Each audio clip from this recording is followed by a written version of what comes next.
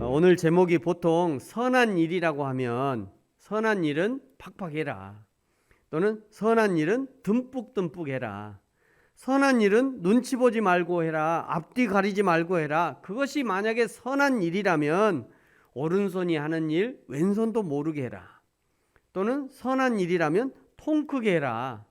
이런 제목이었으면 좋았을 텐데, 그런데 왜 굳이 선한 일인데 그 좋은 일을 조심해라 라고 얘기하는 건가? 지난주에 설교가 헌금에 관한 설교였기 때문에 저희 가족들이 시간을 가지면서 자연스럽게 헌금에 대해서 잠깐 나눌 시간이 있었습니다. 그렇다고 어느 성도가 얼마를 헌금하는지는 나누지 않습니다. 그런 것은 헌금을 하는 성도 자신과 그리고 하나님과 그리고 계수하는 저 이 셋만의 비밀이기 때문이죠. 헌금에 대해서 이야기를 나누면서 진짜 하나님께 드리는 헌금과 사람을 의식해서 드리는 헌금이란 어떤 것인가, 헌금하는 자가 어떤 마음과 자세로 헌금을 해야 하는지를 나눈 것입니다. 우리 교회는 주보에 헌금자 명단도 나가지 않고요, 얼마를 헌금했는지 나가지도 않습니다. 또 로비에 있는 헌금대에 이름이 적힌 것도 아니고, 어떤 권사님은 저기다가 이름을 적어야 헌금을 많이 한다, 목사님 저기다 이름을 꼭 적으셔야 된다, 이렇게 얘기하시는데 저는 처음부터 지금까지 한 번도 적은 적이 없습니다. 우리 교회는 헌금대에 이름도 없고요, 또 헌금 많이 한다고 목사님이 인사를 하는 것도 아니고 연말에 감사하다고 선물을 주는 것도 아닙니다. 이런 것들에 대해서 불편하게 생각하시거나 교회가 투명하지 못하다고 생각하시는 분들은 언제든지 저에게 요청하시면 알려드릴 수 있습니다. 지금 우리 교회가 헌금 명단과 액수를 공개하지 않는 이유는, 첫째는 하나님께 드리는 헌금이라면 헌금하는 자신이 알 것이고, 그리고 하나님이 알 것이고요, 그러니까 그것을 굳이 성도들에게 알릴 필요가 없다라고 생각합니다. 두 번째는 헌금 상황과 우리 교회 형편을 자세히 알면 오히려 성도들이 불편할 수 있겠다라는 생각입니다. 세 번째는 어떻게든지 이런 민감한 자료들이 밖으로 유출되는 위험이 있기 때문에 공개하지 않고 있습니다. 지난주에 이어서 다시 한번 말씀드립니다. 헌금은 자원함으로 하십시오. 그리스도의 마음을 가지고 하시면 되겠습니다. 그리고 여러분의 마음에 정한 대로 하시면 됩니다. 주정헌금을 이만큼 해야겠다 정했다면 그 헌금을 꾸준히 하십시오. 11조를 해야겠다 정했다면 하나님 앞에서 수입이 있는 한 계속 하십시오. 하나님은 나에게 끊임없이 물질을 공급해 주시는데 나는 그 하나님께 드릴 것이 없다면 그것이야말로 안타까운 일인 것이죠. 성도들에게 헌금에 대한 규정이 없이 그저 자신이 마음에 정한 대로 헌금하라고 하면 성도들이 헌금을 더 안 할 것 같고, 그러다가 교회가 문 닫는 것 아니냐고 걱정하는 분들이 계십니다만, 그래서 교회가 문 닫아야 한다면 문 닫으면 되지 않겠습니까? 교회를 하나님의 것이라고 늘 이야기하면서 정작 그 교회 유지하기 위해서 은행에 빚을 낸다든지 성도들을 닥달하면서, 그러면 하나님은 도대체 어디서 일하셔야 합니까? 정말 교회가 하나님의 것이라고 말한다면 교회의 재정 문제도 역시 하나님의 손에 맡기는 것이 정당하다고 생각합니다. 목회자나 성도들이 교회가 하나님의 것이라고 주장하면서 하나님이 우리에게 맡기신 교회가 부도나거나 문을 닫게 해서는 안 되는 것이죠. 그것은 책임을 맡은 일꾼, 목회자와 성도 모두의 책임이 되는 것입니다. 목회자는 최선으로 설교를 준비하고 목회 활동을 하는 것이고요, 성도들은 최선으로 가정생활, 직장생활을 하면서 우리 각자가 맡겨진 만큼, 허락된 만큼 기쁨으로 헌신하면서 교회를 유지하는 것, 그것이 하나님이 교회를 살게 하는 방법으로 설계하신 것입니다. 하나님의 일은 세상의 일과 달라서 하나님의 관점에서 하나님의 안목으로 볼 수 있어야 하고 처리해야 합니다. 선악의 기준이 다르지요. 불의와 정의의 기준이 다릅니다. 성도는 하나님의 기준을 자기 기준 삼을 수 있어야 하고요, 하나님의 목표, 즉 하나님 나라가 성도의 목표여야 하는 것이죠. 교회에서 어떤 일을 한다는 것은 그저 눈에 보이는 교회의 세력 확장이 아닙니다. 교회의 일은 하나님의 영광을 드러내는 일이고 우리가 섬기는 하나님이 어떤 하나님인지를 세상 가운데 보여주고 드러내는 일이 교회의 일입니다. 그야말로 교회는 하나님의 향기입니다. 교회는 하나님의 냄새이고요. 교회는 하나님의 편지인 것이죠. 교회에서 세습이나 돈 문제나 목회자들의 성추행, 교회의 집사, 장로, 권사들의 문제가 터지면 먼저는 그들 자신이 욕을 먹죠. 그런데 그 다음에는 반드시 하나님을 향한 비난이 이어집니다. 너희 하나님이 그렇게 가르치시더냐? 라고 말하는 거죠. 네 하나님이 그렇게 하라고 그러더냐? 라고 하나님을 향해서 욕을 하게 되는 것입니다. 그러므로 예수 믿는다고 하는 나, 교회 다닌다고 하는 나, 주일에 성경책 들고 교회에 들어가는 나의 일상에서의 삶이 그렇게도 중요한 것입니다. 그래서 교회의 일은 하나님의 일이다 라고 말할 수 있는 것이죠. 동시에 교회의 일은 사람의 일이기도 합니다. 왜냐하면 하나님의 성령이 사람에게 감동을 주시고 생각하게 하시고 아이디어를 주시고 그 다음에는요 그 일들을 하게 하시고 그리고 사람들을 움직여서 마무리하게 하시기 때문입니다. 그러므로 교회에서 어떤 일을 할 때에는 사람들 사이에 상식적으로 통용되는 규칙과 질서를 잘 따르는 것 역시 중요합니다. 절차와 방법을 무시한 채 선한 것, 하나님의 뜻, 신령한 영역만 강조하면 사단이 그것을 공동체를 무너뜨리는 도구로 사용할 수 있는 거죠. 지금 교회가 세상으로부터 환영받지 못하고 욕을 먹는 이유가 바로 이런 상식에도 맞지 않는 일들이 많이 일어나기 때문이 아닌가 생각합니다. 바울이 구제연금을 모금하고 또 전달하는 과정에서 보여준 모습은 바로 선한 일을 선하게 할 때 진정한 그 선함이 드러난다는 것을 보여주고 있는 것이죠. 그래서 당부하는 것이 오늘 21절이에요. 여러분 우리 21절 같이 한번 읽을까요? 시작.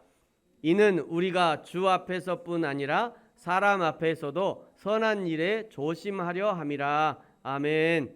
그렇다면 여러분 어떻게 해야 선한 일을 선하게 할 수 있고 선한 일도 그 의도와 목적이 틀어지지 않도록 조심할 수 있는가?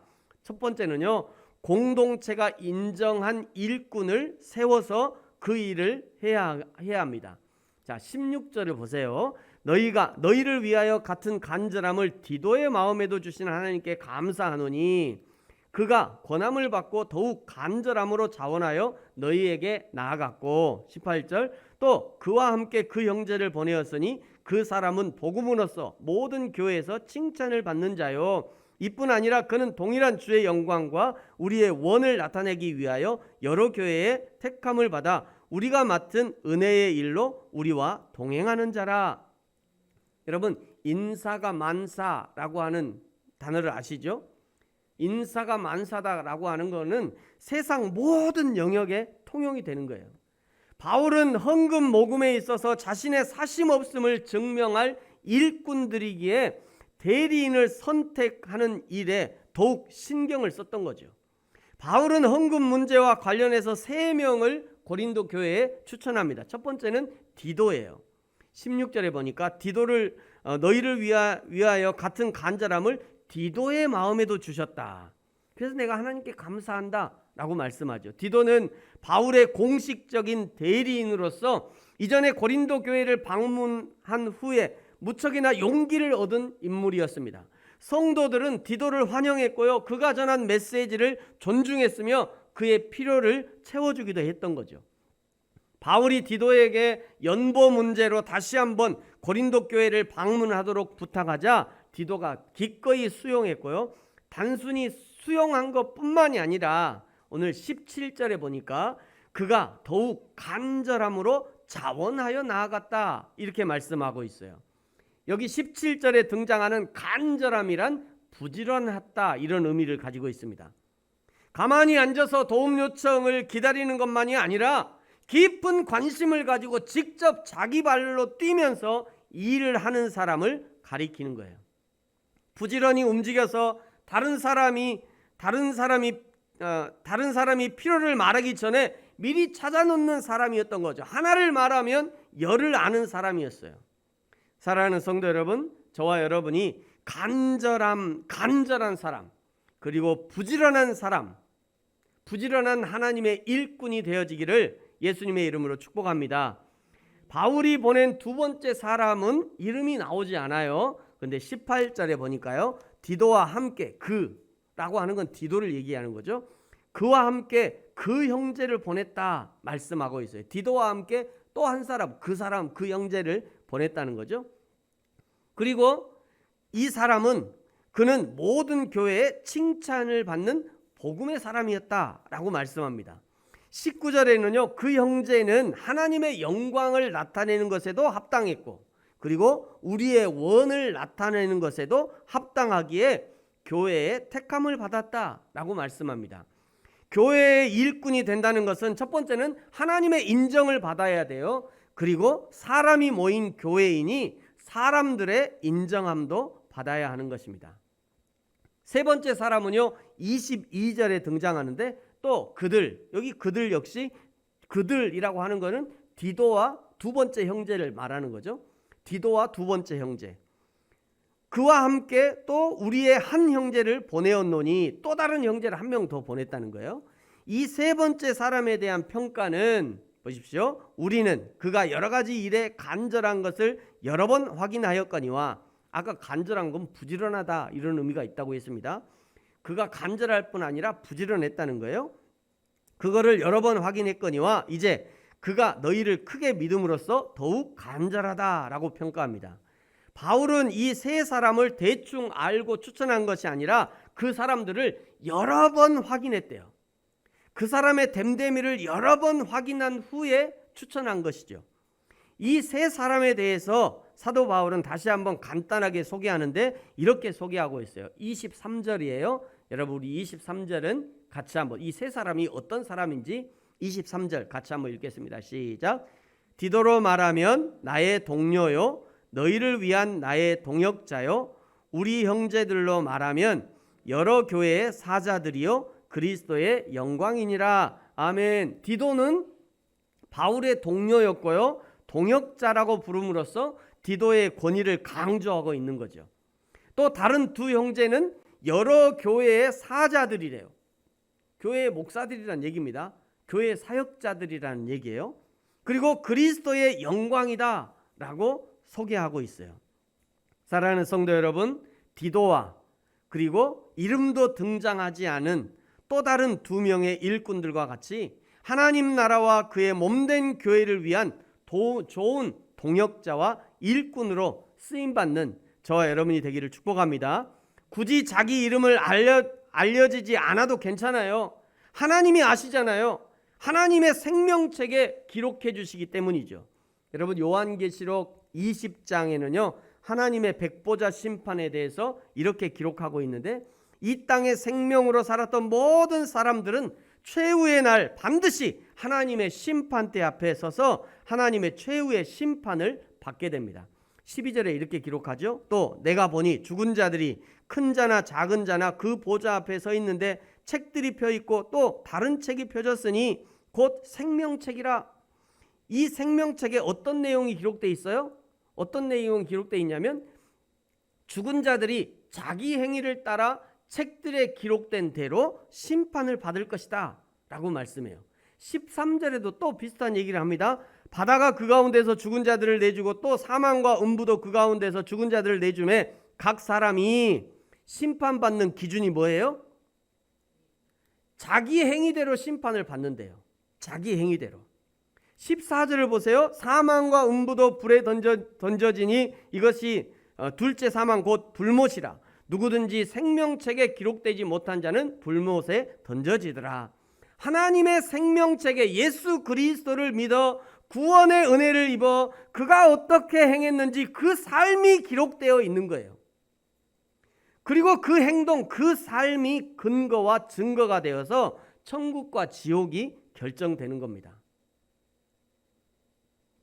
어떤 사람은 나는 예수 믿는 사람이에요. 나는 예수 믿어요. 나 예수 믿어. 나 주일에 교회도 가요. 성경책 듣고 교회도 가요. 근데 그 뒤에 그 사람의 삶을 보니까 전혀 예수 믿는 사람하고 아무런 상관이 없이 살아. 그런 사람도 교회에 오니까 예수 믿으니까 구원 받아야 되겠죠? 당연히 구원 받아야 될 거예요. 예수 믿는다고 하니까. 그런데 그의 삶이 전혀 구원에 합당하지 않은 삶을 살면 나도 고민되고 하나님도 고민되실 것 같아요. 저도 고민돼요. 내가 저 사람 구원 받았다고 얘기해야 될지, 그대로 살아도 된다고 얘기를 해야 될지, 예수 믿으니까 됐다고 얘기를 해야 될지 나도 고민돼요. 근데 우리 하나님도 고민되실 것 같아. 저것이 교회를 다니는데 분명히 교회도 다니고 할 거 다 하는데 또 뒤에 뒷구녕에서는 또 할 거 또 다 해. 그럼 어떻게 해야 돼요, 그거를? 그래서 하나님이 책으로 기록해 두신 거예요. 책으로. 이 지워지지 않는 하나님의 책. 지워지지 않는 하나님의 생명책에 그가 예수 믿기 전에 또 예수 믿은 후에 그가 한 행동을 모두 다 기록해놔서 뭐 하려고요? 증거로 삼으려고요. 그러니까 아마 하나님이 그러실 거죠. 이건 제 생각이에요. 하나님이 너 예수 믿었냐? 예, 믿었습니다. 근데 왜 이렇게 했냐? 예수 믿으면 이렇게 하면 안 되는데. 너 진짜 예수 믿었냐? 네, 믿는데요. 근데 왜 이렇게 했어? 야, 이거는 안 믿는 사람이 하는 행동인데? 너 진짜 예수 믿어요? 아니다니까. 이거는 안 믿는 사람이 하는 거라니까. 만약에 하나님이 이렇게 따지면 뭐라고 하실 나중에? 그 하나님의 백보자 심판 앞에서 뭐라고 하실 거냐고요. 하나님 만약 따지시면. 그래도 나 예수 믿는 사람은 이렇게 행동하는 거 아니라니까. 나 예수 믿는다니까요. 너 믿는 거 아닌 것 같은데? 만약에 하나님이 따지시면 뭐라고 그러실 거냐고요.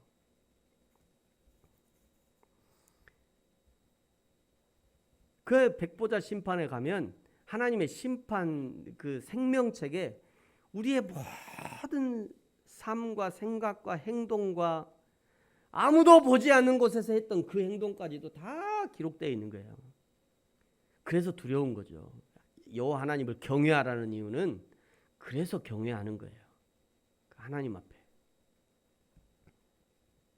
그리고 그 사람의 행동, 그 삶이 근거와 증거가 되어서 천국과 지옥이 결정되는 거죠. 천국에 가는 사람은 영원히 하나님과 회복된 에덴의 삶을 살 것이고요. 지옥에 가는 사람은 영원히 꺼지지 않는 불 가운데 영원히 사라지지 않는 생명으로 영원한 고통을 당하게 되는 겁니다. 그냥 한번 지옥불에 푹 빠져갖고 깨하고 죽으면 그걸로 끝이면 괜찮아요. 그거는 갈만하죠. 그냥 한번 죽으면 끝이니까 그거 갈만해. 근데 우리가 지옥에 가면요, 저 영원한 불 가운데 영원히 거하게 돼요. 거기서는 영원이에요. 한번 결정이 되면. 그래서 두려운 거예요, 지옥 가는 게. 그러므로 누군가 자기 이름을 알아주면 열심히 하고 알아주지 않으면 하지 않고, 자기 이름 주보에 넣어주고 박수 쳐주면 더 그냥 힘을 내서 하고, 근데 박수 안 쳐주면 할 것도 안 하고, 그런 봉사와 헌신은 금지하시기 바랍니다. 왜냐하면 그 사람의 마음의 중심을, 그 목적과 의도를 우리 하나님이 전자현미경으로 보고 계시기 때문이에요. 사람들이 자기 이름을 알아주든지 알아주지 않든지 하나님 앞에서 봉사해야 하고, 동시에 하나님께서 교회를 위해 세우신 사역자들의 좋은 파트너가 되어주셔야 합니다.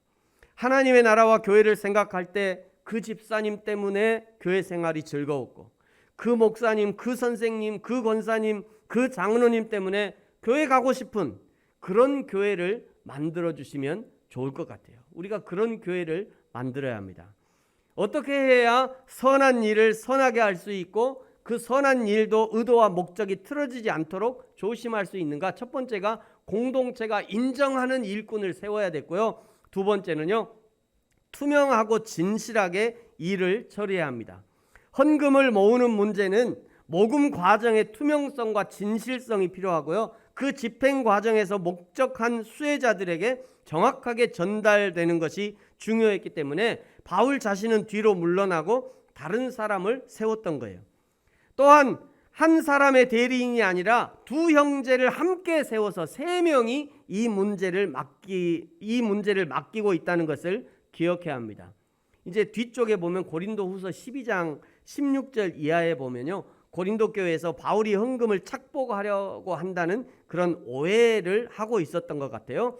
그래서 바울이 이 부분에 대해서 진실을 알려주는데요. 17절에 보니까 하여간 어떤 이의 말이 내가 너희에게 짐을 지우지는 아니하였을지라도 교활한 자가 되어서, 바울이 그랬다는 거예요. 소문이 그렇다는 거예요. 바울이 교활한 자가 되어서 너희를 속임수로 취하였다. 내가 너희에게 보낸 자 중에 누구로 너희의 이득을 취하더냐? 나는 그런 적이 없다는 거죠. 18절에 내가 디도를 권하고 함께한 형제를 보내었으니 디도가 너희의 이득을 취하더냐? 우리가 동일한 성령으로 행하지 아니하더냐? 동일한 보조로 하지 아니하더냐?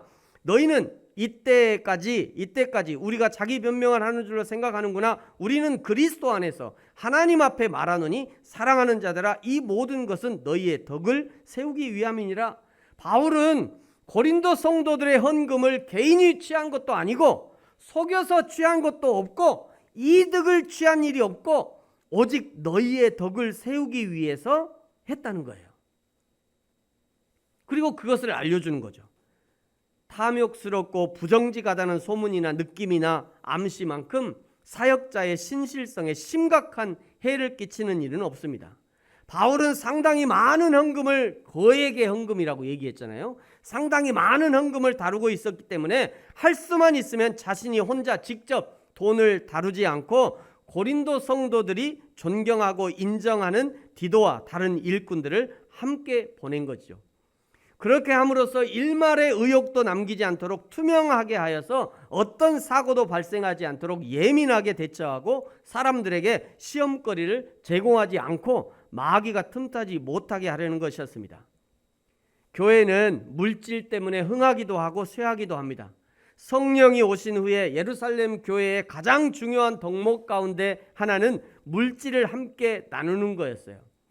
사도행전 5장에 보니까 아나니아와 삽비라의 사건이 등장합니다. 막 사람들이 사도 앞에 자기 재산을 막 팔아서, 다들 팔아서 막 사도 앞에 내놓고, 그러면 이제 사도들이 이렇게 그 믿음도 칭찬하고 그러면서 성도들이 막 그 물질을 나누면서 서로 다 이제 행복했겠죠. 그런데 이 아나니아와 삽비라가 딱 보니까, 야, 우리도 저 헌금을 좀 많이 하면은 사도들한테 칭찬도 받겠는데, 이렇게 생각한 거예요. 그래가지고 야 여보 저 우리도 저 땅을 좀 팔아갖고 헌금 좀 할까? 그러면 아마 칭찬하겠지. 우리도 그 사람들이 우리 좀 알아줄 거야. 그리고 자기가 땅을 팔아서 헌금을 하는데 얼마를 감췄어요. 얼마를 감춰놓고 아마 사도들한테는 이게 전부 다예요. 너 이거 땅 판 거 전부냐? 이렇게 물어보니까 네, 이게 전부예요. 이렇게 대답한 거죠. 그래서 어떻게 됐어요? 그 자리에서 죽었잖아요. 그 자리에서 남편이 죽고 나중에 아내도 죽고. 이 아나니아와 삽비라를 죽게 했고 그 일로 성도들은 겁에 질렸고요. 교회의 활동은 일시적으로 위축이 되었어요. 사도행전 5장 11절에 보니까 이런 말씀이 있어요. 온 교회와 이 일을 듣는 사람들이 다 크게 두려워하니라. 아, 교회 오면 두려워. 교회 오면 하나님이 자기를 죽일 것 같아서 두려워. 그 누가 교회 오겠어요? 교회 오면 행복한 사람이 돼야 되는데, 나는 우리 교회만 가도 행복해. 교회 문만 열어도 행복해. 사람들만 봐도 행복해. 나는 거기 가면 그냥 행복의 전이가 되는 거야. 행복이 전이가 돼.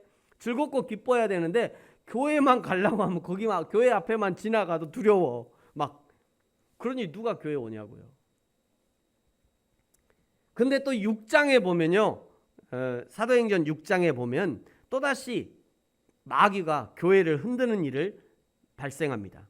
이번에는 음식 나누는 일, 배급을 주고받는 일을 가지고 사단이 교회에 분쟁을 일으켜요. 그래서 막 헬라파 유대인과 히브리파 유대인이 막 싸웠잖아요. 과부들이 막 싸웠어요. 그러니까 이제 마귀가 또 쥐고 흔든 거죠. 근데 이번에는 성령이 이깁니다. 3절에 보니까 형제들아, 너희 가운데서 성령과 지혜가 충만하여 칭찬받는 사람 7을 택하라. 우리가 이 일을 그들에게 맡기겠다. 지혜롭게 한 거죠. 그 결과는 어때요? 7절에 보니까 같이 읽을까요? 시작. 하나님의 말씀이 점점 왕성하여 예루살렘에 있는 제자의 수가 더 심히 많아지고 허다한 제사장의 무리도 이 도에 복종하니라. 아멘. 헌금에 관련된 모든 문제에 교회가 얼마나 세심한 주의를 기울여야 하는지를 보여주는 사례라고 할 수 있습니다.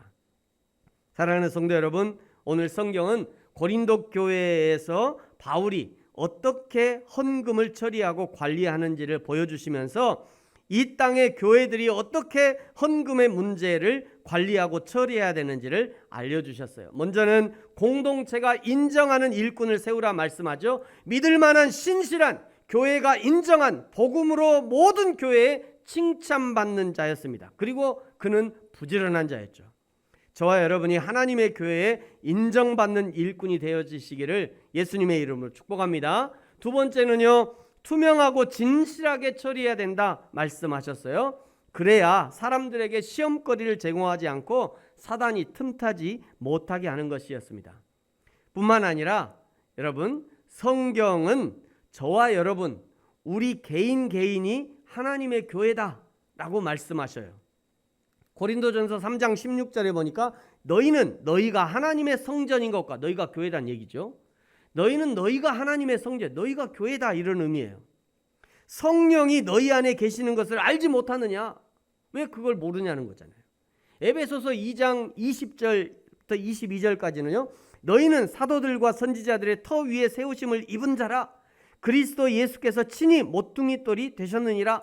그 안에서 건물마다 서로 연결하며 주 안에서 성전이 되어간대요.